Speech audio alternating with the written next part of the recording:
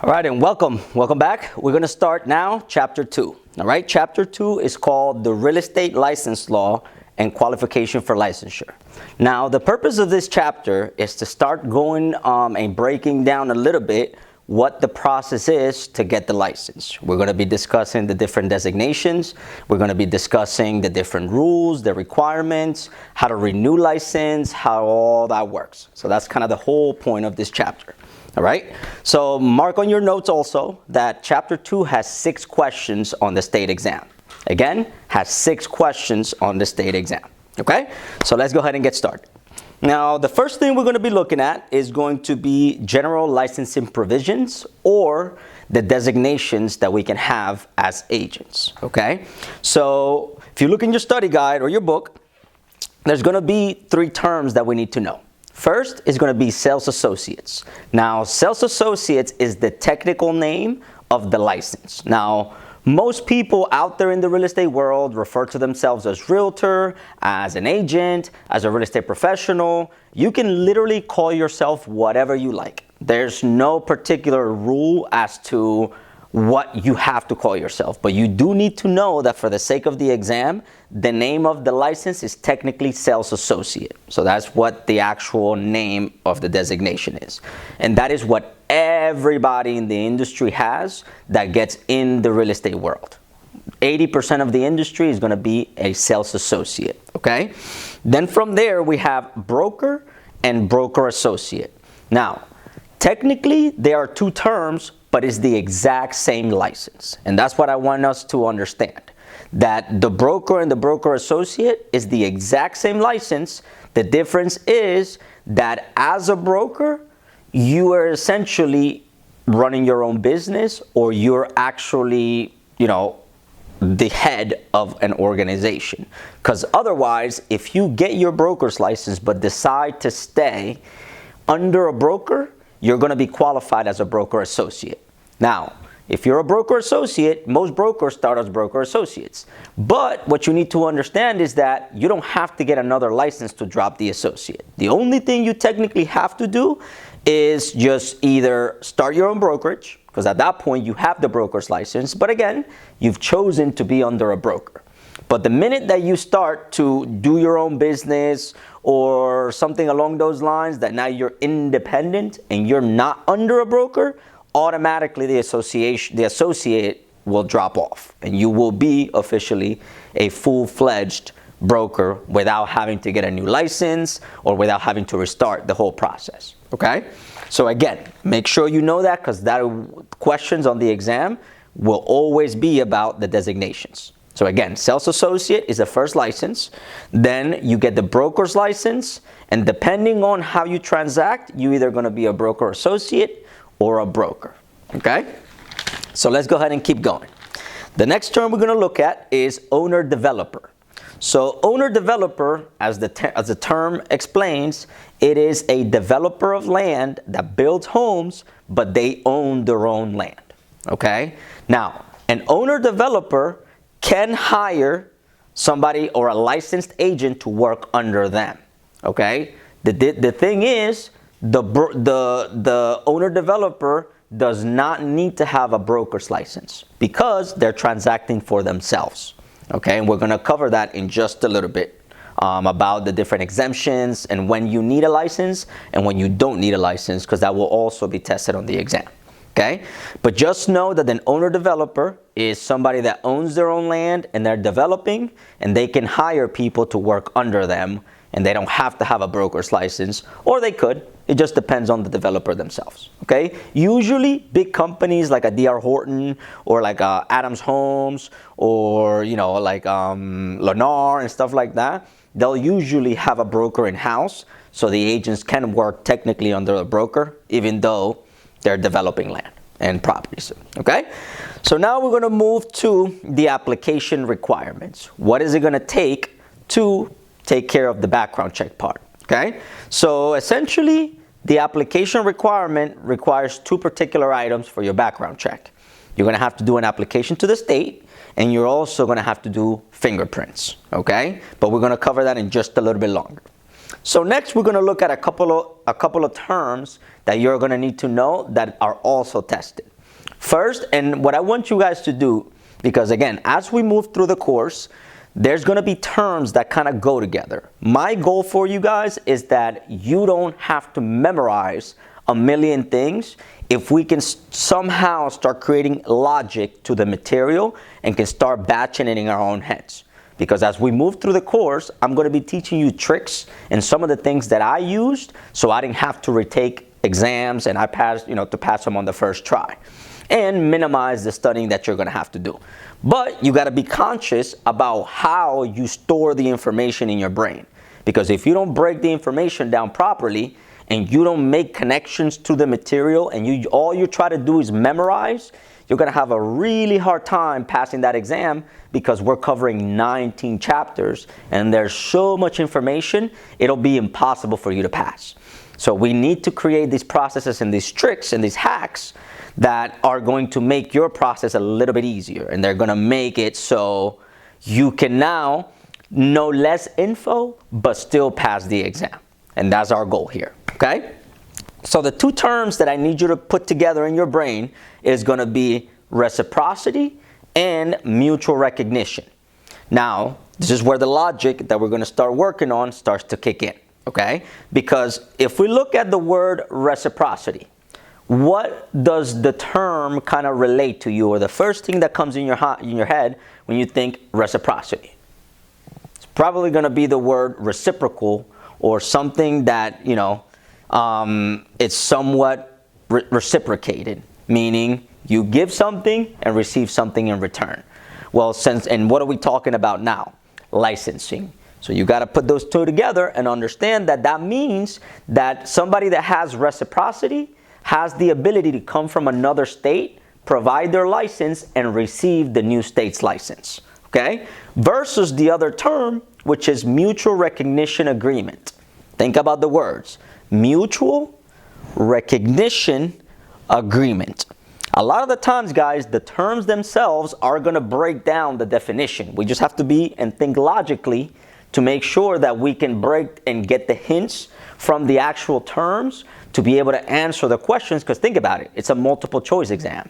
So the question will be there and the answer choices will be there as well. It's our job to start building that connection so that way we can still pick out the right answers even if we don't know the exact information, okay?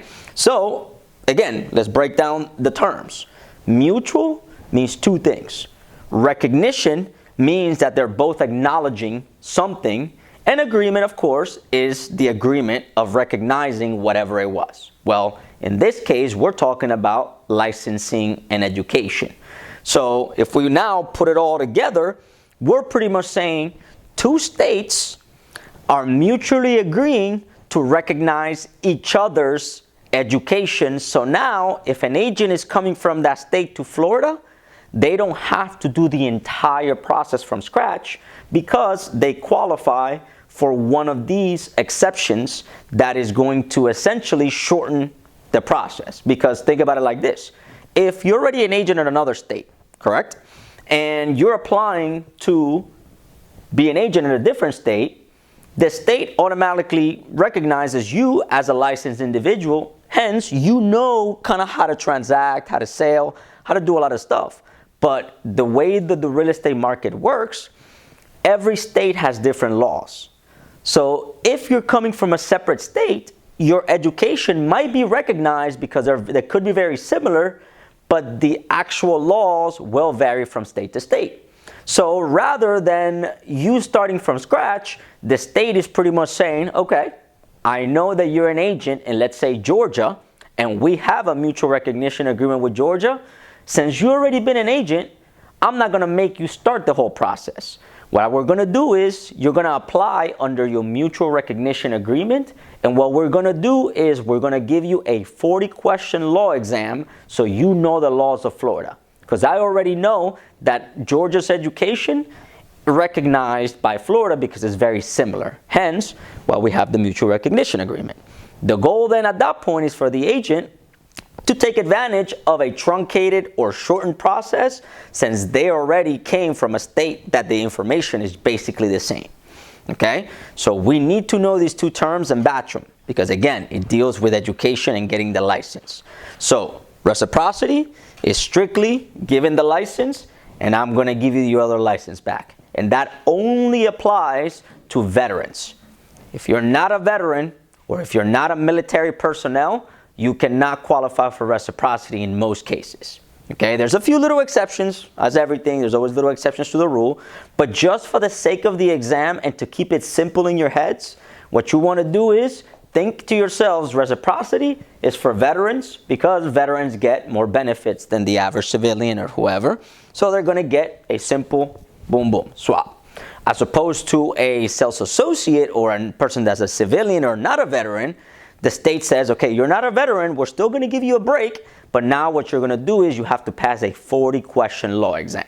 Okay? If the agent passes a 40-question law exam, now they won't have to restart and take the 63-hour pre-licensing course and take the state exam and go through the whole process that we're trying to do right now. Okay? So again, this is just ways, but you got to be an agent in another state. Okay? So the next definition is going to be Florida resident. And this kind of all bundles together. And I'm going to explain to you in just a second why. First things first. The Florida resident, for the sake of real estate, don't think about it if, let's say, you're moving and you're not in real estate, rules are different. Once you get a license, and we are now transacting under the Florida Real Estate Commission or as an agent, licensed agent, we're held to separate standards and potentially different rules. Same with this one.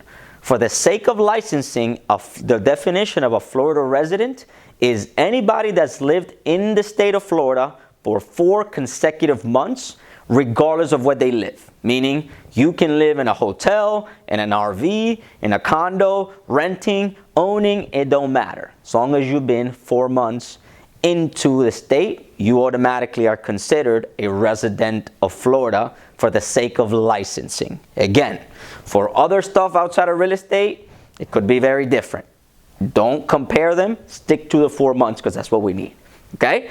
Now, the way the exam is going to incorporate these terms, because remember, it's an application-based exam. It is not going to be a simple, what is this, and you pick the answer. You have to combine terms and be able to extrapolate information from the terms we're going over so you can answer the scenario-based questions that they're going to give you on the exam. Okay? So for example, one of the ones that you're going to get, and this is in just about every exam that you encounter. First things first, they're going to say, Ricky is coming from Georgia, which Georgia has a mutual recognition agreement with Florida. Ricky moved to the state of Florida on February 1st, 2024. Now, Ricky is looking to get their license. They're a licensed agent from Florida, and they applied to get their license on June 1st. What must Ricky do to get their license? And they're going to give you options that say 63-hour pre-licensing course, 40-question law exam, and mutual recognition, or they're going to say something along the lines of 14 hours continuing education, or none of the above. Now, you got to be careful because this is a trick question, okay? The important thing that you need to know is that you got to be able to incorporate it all, because the basic answer would be to answer a 40-question law exam, because as we just described, mutual recognition means that if you're coming from the state, as long as you do your 40 questions, you get the license. But what was the definition of Florida resident? It was 4 consecutive months. So what happens? So if you pick B, meaning the 40-question law exam, because of the mutual recognition that the question told you, you're going to get it wrong, because technically, if they came in February 1st and they're applying to their license on June 1st, how many months have gone by? At least 5 months. So you have all of February, all of March, all of April, all of May, and technically we're starting in June or June 15th. Anything after like June 1st, technically they've gone past the 4 months, so they forfeited the right for mutual recognition. So the answer would be 63-hour pre-licensing, because the agents are given those 4 months to now exercise the right for mutual recognition. Because once you become a Florida resident, if you don't have that license, you just forfeited your option to do the short route. And you'll have to start from scratch and sit here in the class and start over when you could have gotten your mutual recognition. Okay? So again, you gotta incorporate and find the logic in everything, because in that scenario, it technically went past the 4 months. If let's say I moved to Florida on May or February 1st, and let's say I went to go get my license June 15th, just to extend it a little bit, because I said June 1st and that's exactly 4 months. So I'm gonna push it a little bit longer. June 15th, that's beyond the 4 months, so you just forfeited your mutual recognition agreement. Okay, so keep that in mind, because ultimately that's a question you're going to get on the exam. If it's been under 4 months, then you will qualify for mutual recognition or reciprocity. If it's been after 4 months, then you became a Florida resident and you no longer qualify for these terms, and you will have to now start from scratch. Okay, keep that in mind for sure, because that will be tested, guys. Okay, so next, we're going to be looking at the qualifications for licensure, meaning what are the requirements that the state needs to have somebody apply to become an agent. First things first, you must be 18 years or older to apply for get a license. You must have a high school diploma or equivalent, as well as you must possess a social security number. Okay, now the last two definitions are more protocol, because there's not actual paperwork that you have to submit, but obviously you need to know it. But the next one is going to be honest, fair, trustworthy, of good character, and possessing a reputation of fair dealings, as a technical definition. But essentially means to be trustworthy, fair, and ethical. The last one is going to be to be competent and qualified to make real estate transactions and conduct negotiations with safety to investors and others with whom the applicant may undertake a relationship of trust and confidence. That is the technical definition, but all it means is that you're competent enough to deal with customers, money, and be responsible and not screw it up. Okay? And then the important one that you need to know in this section is also that you do not need to be a U.S. citizen to get a license. Okay? No citizenship. As long as you got a social, you're 18, and a high school diploma, technically you can be an agent. Okay? So, but because the reason I mentioned that is because that's going to be on the exam. They're going to test you on the citizenship thing. No citizenship required. Okay, guys? So next, let's move on. Now we're going to look at the processes to get the license. Okay? Now, when it comes to the process to get the license, to get the sales associate license is technically a 2-step process with technically 3 steps. So essentially, if you want to look at it this way, I'm going to pull the board now, and I'm going to show you visually, more or less, kind of how that works. Okay? So first things first, we have the process here. So we have the licensing process. So essentially, you're going to have 2 steps. Okay? Just to make it simple. You're going to have the educational step, educational process, and you're going to have the administrative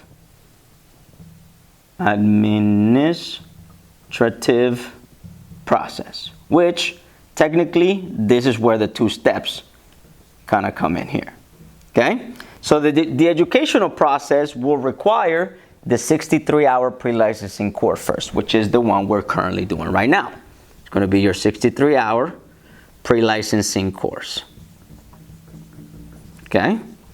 So once you pass the course, you're going to receive your certificate of completion. Okay? Which you will present when you are heading to your exam. Once you complete this, that'll take care of your educational portion of the process. And this certificate is going to be good for 2 years after you receive it, from the day it was issued. Okay? Then you have the administrative process. These 2 processes are independent from each other. This is with the school that you apply to go with, and this is with the state, or the DBPR, which you're going to know soon who it is. Okay? So the first part of the process is going to be your application. Okay? So you're going to have to do an application, because the administrative process requires the background check. That's what the admin process is the background check. Okay? But the background check requires 2 steps. The application, which is going to be application RE1. Okay? Now, in the actual course, you're also going to have a little snippet or a little video somewhere that is going to show you how you find the application and how you actually get to it, because it could be a little tricky in the DBPR website. So if you need to go ahead and submit your application, go find that little video in your table of content, and then it'll walk you through how you can go ahead and apply. Okay? So check that one out if you need it. Also, you can check out the YouTube. It should be on the YouTube as well. Okay? So next, after you do the application, you're going to have to also do fingerprints. Okay? Because the state needs to pretty much receive information for who the applicant is. Okay? And they're going to have to run fingerprints. So now with the 2 items, they can run the background check and make sure that you're not some serial killer or something like that. Because ultimately, they don't want to stop you from getting the license. They just need to make sure that you're not going to rip off the industry or do illegal things once you get the license, because we do get access to a lot of people's information or a lot of people's, that's why we get technically, rated differently or treated differently having a license than being unlicensed. Okay? So the fingerprints, you can get them in many different places. Usually, depending on where you're from, right on the website, wherever you go and apply for the real estate application, there's going to be instructions before you begin submitting your application. In the instructions, there's going to be a little link that is going to now take you to a platform that, depending on where you're at, you can go and search for a fingerprint place that can do real estate fingerprints. Or another suggestion I give is go to Google and search real estate applications near me, then call the place and ask them if they do fingerprints for real estate licensing. Tell them you're looking to get your license, that you need fingerprints for the background check, and to see if they do it. If they do it, they're instantly going to know what you're talking about. So they will tell you, yes, you can come in here and we can do licensing fingerprints for real estate. If they don't, then go to the next place until you find somewhere. Okay? So then once you do the fingerprints, they're going to be submitted to the state, and then you're going to receive your email, approval email of approval. Okay? So once you receive your email of approval, then at that point, you're eligible for the state exam. Now, just so you guys know, both of these processes take about 4 weeks. Okay? Because usually the course, depending, like the actual live course, usually takes about 4 weeks. But since technically you're doing it this way, you can do it at your own pace. But the administrative process itself will normally take anywhere from 2 to 4 weeks. So once you submit the application and the fingerprints, now guys, I cannot stress this enough. You have to do both. And again, I'm going to repeat that again. I get tons of students that aren't listening properly and do one without the other, and then they're waiting for something to come back before they submit the other part. And now time goes by and they never end up taking the exam because they didn't follow instructions and submitted both. Look at it this way. If you're the state and you receive an application, okay, great. I received, this person wants to be a real estate agent. Great. Okay, let's do the background check. Where's the fingerprints? Okay, they're not here. Okay, well, let's wait for those fingerprints to come in so we can match them together, run the application, and see if this person is eligible to take the exam. Well, if you don't do one of them and you're expecting to hear back, you're never going to hear back if you do only the application. And if you do the fingerprints, they're not going to run the background check until the application is there and they're both in their possession. So again, guys, please, please, please submit both. It doesn't matter what order, it doesn't matter when, just got to be both. Now, in the instructions, whenever you're submitting your real estate application, they're going to give you instructions of when you do it. You can follow the instructions if you like, or you can do it however, as long as they receive both. Once both are in, they're instantly going to do the background check. the way I've always done it for all my licenses, because I did it for my sales associate, for my brokers, and my instructors. I submitted my application first, and then that same day or the day after, I went to the place and did my fingerprints. So that way, mentally, I did them both and submitted them. Paid what I needed to pay and went ahead and submitted those, okay? So do the exact same thing, but submit both. Without both, you will never be eligible for your state exam, okay? So submit both. Once this goes through, you're gonna get an email from the DBPR saying, congratulations, you're eligible for the state exam, blah, blah, blah, blah, blah. And then in those instructions, they will tell you how to register for the exam. So the certificate of completion you won't need for nothing until you show up for the state exam. But again, you will need it the day you show up for the exam, okay? So just gonna keep that in mind, because that's the whole process. And I'm gonna recap it one more time. So the licensing process is this two-step process. You have the educational portion and you have the administrative portion. The educational portion is this course that you must pass, the end of the course exam. Then you also, the minute that you begin the course, I'm going to recommend you begin the admin portion too, because again, it takes about 2 to 4 weeks. In most cases, 4 weeks. So at that point, you gotta submit the application. And again, check out the video. And then you gotta do the fingerprints. The instructions are in the application, and it'll explain how to go about the fingerprints. I already explained earlier how to do it. Then once you receive your email of approval, at that point, you can go ahead and register, and hopefully you'll pass it right away, okay? So that's gonna be more or less your process of acquiring or getting your license, okay? So I'm gonna shift this over now. Okay, so we're gonna continue now on the next term, because we just discussed how to get the license. But now we need to also understand that no license lasts forever. We have to renew. Just like most industries, you have to get recertified or you have to renew some sort of a license. Real estate is no different. The difference is though, our license expires every 2 years. Okay, so every 2 years we'll all have to renew.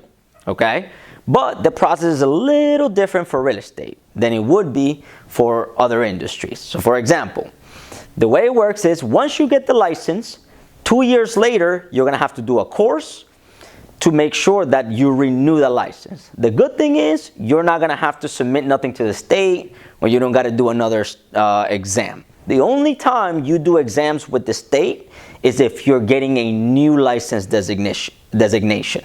If all you're doing is renewing, you don't have to worry about presenting another state exam.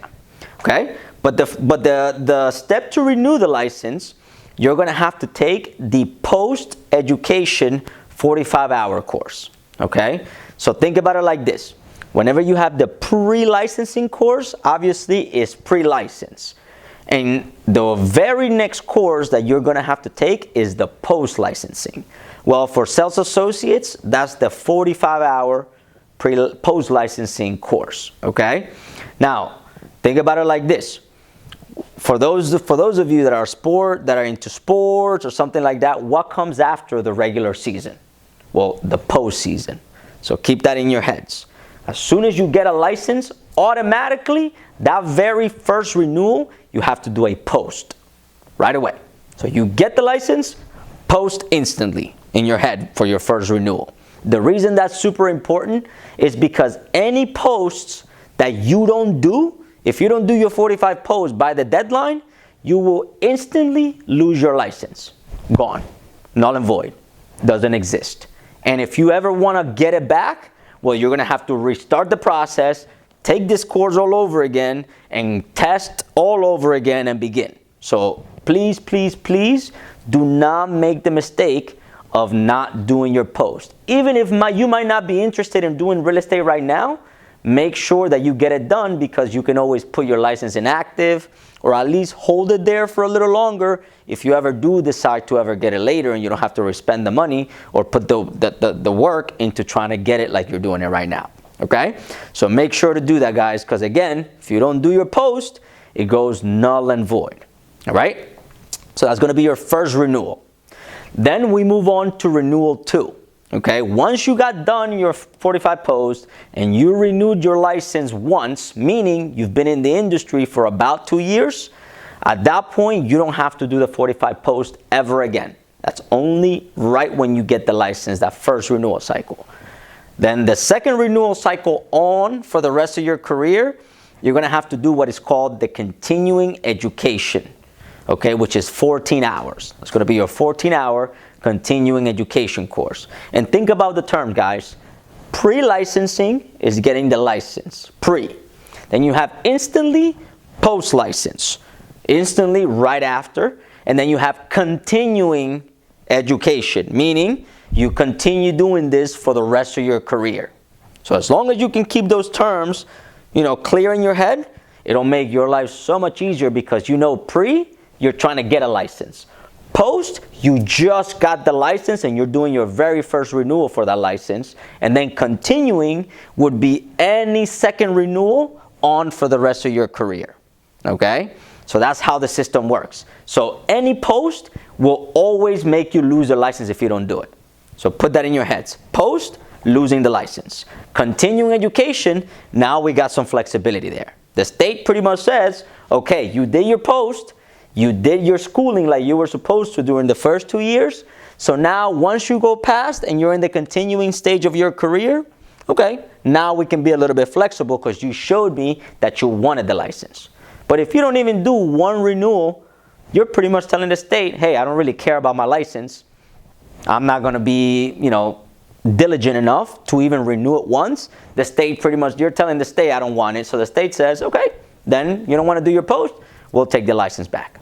But once you renewed once, now you're more experienced, you've been in the industry for a while, so they're a little more flexible, and we're going to cover what happens if you don't do your continuing education. But again, post, you lose your license instantly, regardless of the post. Continuing education, you'll have a little bit more flexibility. Okay? So that's kind of how the sales associate process works. Now we're going to move into the brokers and what the requirements to become a broker are. Okay, so for the brokers portion now, if you ever decide that you want a broker's license, the requirement is you have to be in the industry for 2 years over the last 5 years consecutively. So what that means is after you've been in the industry for at least 2 full years, now you're eligible to become a broker as long as you've been working under a broker. Now, if we remember earlier when we talked about the owner-developer, the owner-developer does not require a license because of the exemption of, remember when we talked about it in chapter 1, if you own your own property, you can transact for yourself without a license because it's your property. Nobody owns it. You're not helping anybody. You're not representing anybody. It's for yourself. Under those conditions, you get an exemption, the owner exemption. Well, since the developer is the owner, they don't need a broker's license. But if they hired a licensed person to work under them, then that person will never be eligible to become a broker because that owner-developer did not have a broker's license. So the trick is 2 years under a broker. Okay? So that's the rule. 2 full years in the industry under a broker within the last 5 years will give you access to your broker's eligibility, along with the educational part, of course. So the broker's process will be the 2 years of experience, quote unquote, and then the educational portion, which in this case is going to be pre-licensing course 2. The one we're doing right now is pre-licensing course 1, the 63-hour. Well, the broker's one is pre-licensing course 2, and this one is 72 hours. So keep that in mind. 63 for licensing 1 or sales associate, 72 for brokers. Okay? So if you have the 2 years experience and you complete the 72-hour pre-licensing course 2 for brokers, now you can go ahead and take your state exam for the brokers. The minute you pass that state exam, you are essentially, they automatically give up your associate license or your sales associates, and the brokers automatically takes precedent over that one. Okay? So now what happens is, what do you think? You got a new license. So what do you think the next course that you're going to have to do to renew that broker's license that is going to be?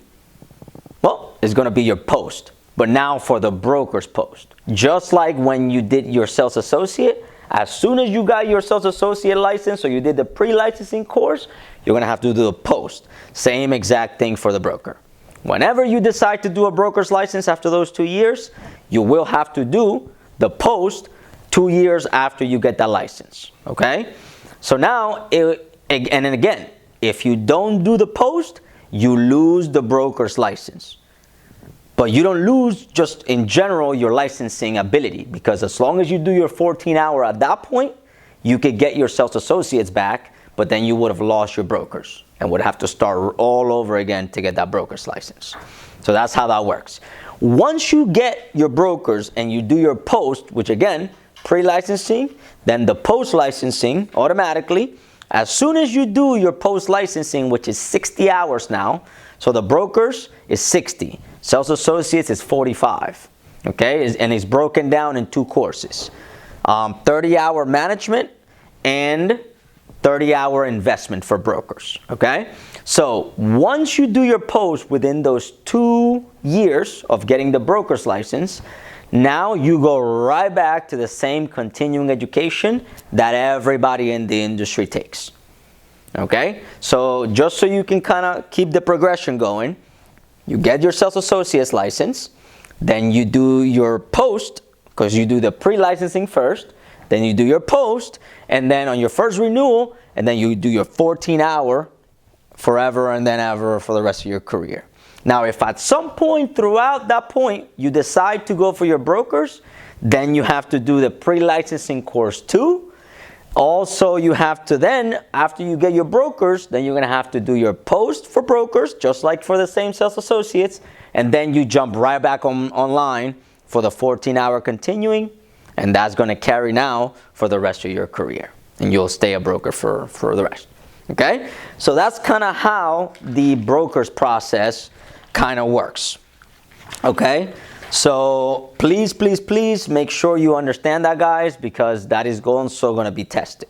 All right? Now, whenever we are working through some of these exemptions, because again, there's always exceptions to the rule. So what I'm going to do now is I'm going to bring the board back, and we're going to break down some of these exceptions, because although it could be easily seen in some of the charts that you might have in your textbook or something like that, the important part is going to be making sure that we technically put the logic into what we're about to do, because if we put the logic in, it'll make everything so much easier, and now we don't have to memorize anything. Okay? So now the 2 individuals, or the 2 type of people that the state wants us to know about exemptions are going to be a student that receives, hold on one second, let's see if this binder works. Actually, I'm going to use one of these. That receives a 4-year degree in real estate. Okay? So a 4-year degree in college. Okay? Because now, in college, you can go and get a 4-year degree in real estate, which to me doesn't really make too much sense, because ultimately by doing the same course that you're doing right now, you're technically getting the same license that they would get, but just hundreds of thousands of dollars cheaper, because you're not going to college now. You're taking this course and you have the same ability they would. And then also the other person would be a Florida bar attorney. Okay? Now, over here, we have pre-licensing course 1. That's a 63. That's pre-licensing course 1. Then we have, hold on. Then we have pre-licensing course 2. And that's your brokers, or your 72-hour. And then you have your post, because remember, right after the pre, you're always going to have your post course. Now the course, they combine them. That's going to be your 45 and your 60-hour. And then lastly, you have the last one that we discussed, and that's going to be your continuing education, which again is going to be 14 hours. Okay? So this is the entire process that we discussed. Pre-licensing 1 is for sales associates. Then you have to do your post. That's going to be 45. But if, let's say, now you decide to get your brokers, then you do 72-hour pre-licensing course 2. And then you're going to have to do this 60-hour post. And then you also have your continuing. Okay? Now, we got to start thinking about the way that they're going to test us. What they want to know is if these people are exempt from taking these courses depending on their education or their prior experience. So for example, let's look at a 4-year degree student from college that has gone to school. Now, would you believe if you've gone to school for 4 years, full 4 years, and got a real estate degree, do you think that student is going to be exempt from taking the basic pre-licensing course 1? What do you think? Do you think they're exempt or non-exempt? Well, if you put exempt, you're correct. Because think about it logically. If you've been in school for 4 years, you should know all the basic information that anybody starting real estate is going to know. So you're exempt. Okay? Then you have the pre-licensing course 2, which is for the brokers. Would you believe if you're going to school for 4 whole years, you're going to know some of the more advanced stuff like broker stuff? Well, the answer is you're exempt as well. Okay? You've gone to school for full 4 years, so you're going to know just about everything that you need to know. Okay? So if you've gotten exempt from course 1 and course 2, now here's the trick, guys. In the exam, or if the way they word this stuff, if they combine them or they create something where they go together, make sure that you put it in your head as if they did it for a reason. Because, for example, in this case, if you get exempt from one but not the other, then you're not exempt from the whole box. You have to be exempt from both to be exempt from this entire box. Just a little trick, okay? Because they purposely did it that way. Because they could have broke it up and put 45 posts and then 60 posts in a whole separate column. But they combined them. So keep that in mind, because again, if they're both not exempt, then the whole column cannot be exempt either.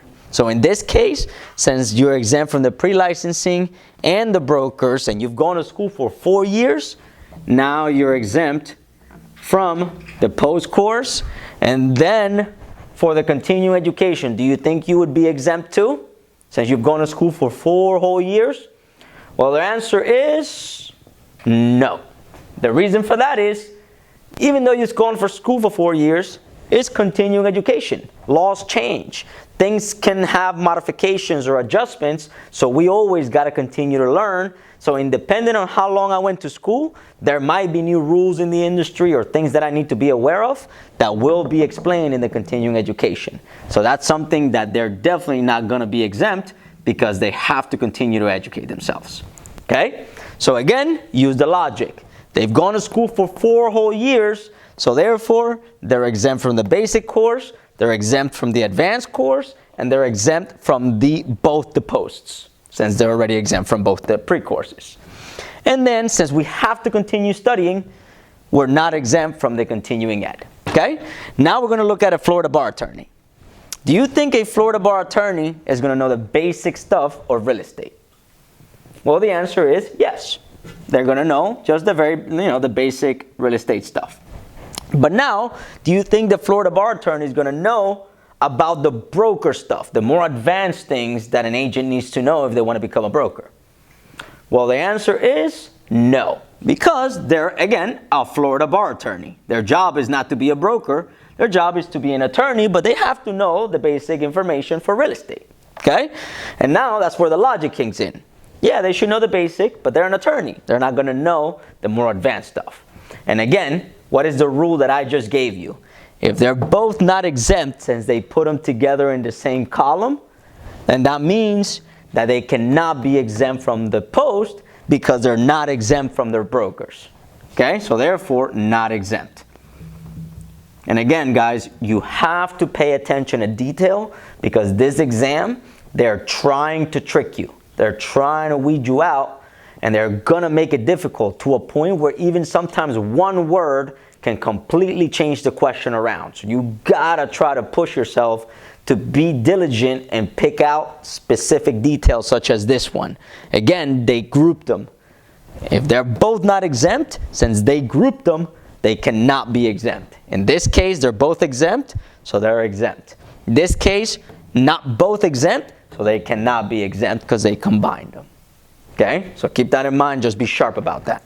Now, Florida bar attorney. Do you think a Florida bar attorney has to do continuing ed?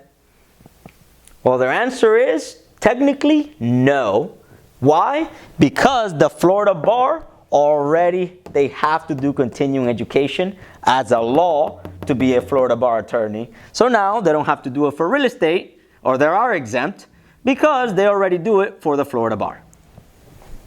So now, as we see, let's put the logic together. Okay, would a 4-year degree know the basic stuff? Yes. Would a Florida bar attorney know the basic stuff? Yes. Okay, now we move into the advanced course or pre-licensing 2. 4-year degree? Yep, they've been in school for 4 years. Florida bar attorney? No, because they're a Florida attorney. They're not a broker or need to know the advanced stuff. Then post-licensing, they're both exempt, so therefore they're exempt. Florida bar, they're not, one of them's exempt, the other one not. So now they're not exempt because, again, they're combined. And then the last part is continuing ed, they're exempt because the Florida bar automatically makes them do a continuing education to continue to be a Florida bar attorney. Okay? So guys, that is going to essentially be the exemptions for these particular people. Okay? So make sure you know that, because at least one question on your state exam is going to be based on that chart. So you need to know that little logic. But as long as you know the logic, now you're not going to have to worry about memorizing who's exempt, who's not. Just ask yourselves the questions that I just went through. So if you need to pause, rewind, and go through that a few times so you can get the logic down, make sure you do so, because again, in this course, we want to stick to common sense and to logic, so that way you don't have to memorize all this information because it's too much info. It's impossible to know everything in detail, so that's why we want to create these little logic processes to make your life easier. And believe it or not, it comes in handy for the state exam. So the next term we're going to be covering is going to be called prima facie evidence. Okay, prima facie is a Latin term for in its face. Okay, now you got to look at it this way. Okay, it is prima facie evidence is a term that describes a document that on its face proves your identity. Do not misconstrue that with the document requiring your face on it. That's not what it means. It means that if you show somebody that document on its face, instantly that person knows that you are that person. Meaning, for example, would be your social security card. Your social security card shows that you are you, but there doesn't have a picture of yourself in it. That is a prima facie evidence because on its face, that social security card will prove your identity. Same thing applies for, let's say, your real estate license, because since it's signed by the senator, or so I think that's the senator is the one that signs it. I got to double check that detail, but that's not technically tested. But by having that signature, your license is technically a prima facie evidence, because that would prove your identity if you show that document on its face to somebody. So again, it's got to be the document on its face, not that your face is in the document. Okay? So keep that in mind. Next, we're going to look at real estate services, meaning these are the activities that are required a license for, meaning advertise, buy, auction, rent, sell, appraise, lease, and exchange. Those activities are what are the reasons we need a license, because once we're helping people with this particular things, now it's essentially deemed being somebody of trust, or somebody that the person is being represented by and their interests. So now having that responsibility or that liability on our backs requires a license. Now, not in all cases though, because again, there's always exceptions to the rule. And that's what we're going to get into next. And it's going to be technically the last portions of your chapter. Okay? We're going to move into compensation. All right? So the way the real estate market works, okay? When it comes to compensation, a agent, we get paid, let's say if you're licensed, we get paid either commission or what is known as a per transactional basis. Make sure you know the difference, guys. No, they're not the exact same thing. Commission is a proportion of whatever the purchase price is versus a per transactional based compensation. It is on like a bonus or per transaction. That would be like me saying, for every 3 homes that you sell, I'm going to give you a bonus of $5,000. Well, if that's the case, that's a per transactional earning compensation versus commission, which would be, let's say, 3% of whatever the purchase price of the property would be. But again, you got to make sure you know the difference. All right? So now that's kind of how the compensation works. Also, by law, if you make commission or a per transaction compensation, that payment has to come through the broker. You cannot get paid directly. Why? Because the way that the law works in the real estate industry, since the sales associate is under a broker, technically, and we're 1099 employees as licensed individuals, we're not W-2. It says we're independent contractors. Technically, and we're under the broker, by law, we cannot get paid directly. The way it works is the customer pays the company or the broker, and then the broker pays us. And that is the process for real estate when we're making compensation to comply with the law. Now, if let's say me as an agent, I hire a personal assistant. Now, I hire them at an hourly or a salary. Well, since that person earns salary or hourly, technically they don't have to be licensed. Okay? And that is what you call technically a salaried employee exemption. Okay? So the rules are, and that's going to be a little bit further on. Okay? So, but actually before I continue that point, let's continue down the line so that way we don't jump steps. But again, compensation, you need to understand that you can earn commission or per transaction, but you need a license. Or if you earn hourly or salary, you don't need a license. We'll expand on that in just a bit. But now let's look at the exemptions to get a license. In what scenarios could you do any of those real estate activities but not require a license? Okay? First is the one we already talked about, the owner exemption. Meaning, if you own your property, you can do anything an agent does without a license because it's yours, as long as you're not representing or helping somebody else. It's got to be your property. Okay, that's the owner exemption. 2, exemptions based on career.